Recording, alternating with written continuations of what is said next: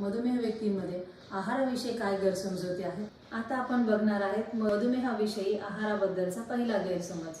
मधुमेह व्यक्तीने भात किंवा तांदळाचे पदार्थ पूर्णपणे टाळावे।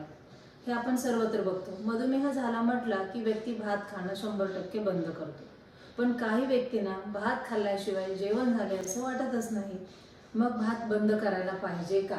आवश्यक नाही। भात हा पचायला सोपा असल्यामुळे भात खाल्ल्यामुळे लगेच झपाट्याने साखर वाढते। मग ज्यांना भात खायचा आहे त्यांनी तो कसा खाल्ला पाहिजे? मग भात खाताना तो नेहमी प्रोटीन सोबत खाल्ला पाहिजे, डाळींसोबत खाल्ला पाहिजे। म्हणजे तुम्ही वरण भात खाऊ शकता किंवा मूग डाळीची खिचडी बनवू शकता। अंडा बिर्याणी, चिकन बिर्याणी याच्यामध्ये प्रोटीन आणि तांदूळ याचं कॉम्बिनेशन केलं तर साखर झपाट्याने वाढत नाही। किंवा कढी खिचडी हा देखील एक चांगला प्रकार आहे।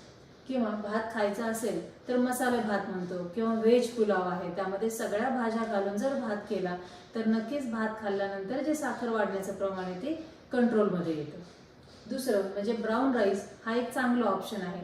जेवढा पांढरा तांदूळ किंवा पॉलिश केलेला तांदूळ घेणार त्याने साखर पटकन वाढते। पण राशन तांदूळ आहे, बिना पॉलिशचा तांदूळ किंवा ब्राऊन राईस याने मात्र साखर तेवढ्या झपाट्याने वाढत नाही। आणि तिसरं म्हणजे पोळी आणि भात एका ताटात खायचं नाही।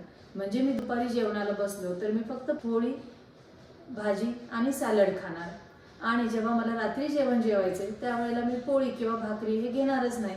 माझ्या जेवणामध्ये फक्त तांदळाचा आयटम असेल। एका जेवणाला फक्त पोळी भाकरी किंवा फक्त भात घेतला तर नक्कीच तुमची साखरही नियंत्रणात राहील आणि भाताचा देखील तुम्हाला आनंद घेता येईल। भात जेव्हा आपण शिजवतो तेव्हा तो कमी शिजवलेला भात खाल्ला पाहिजे।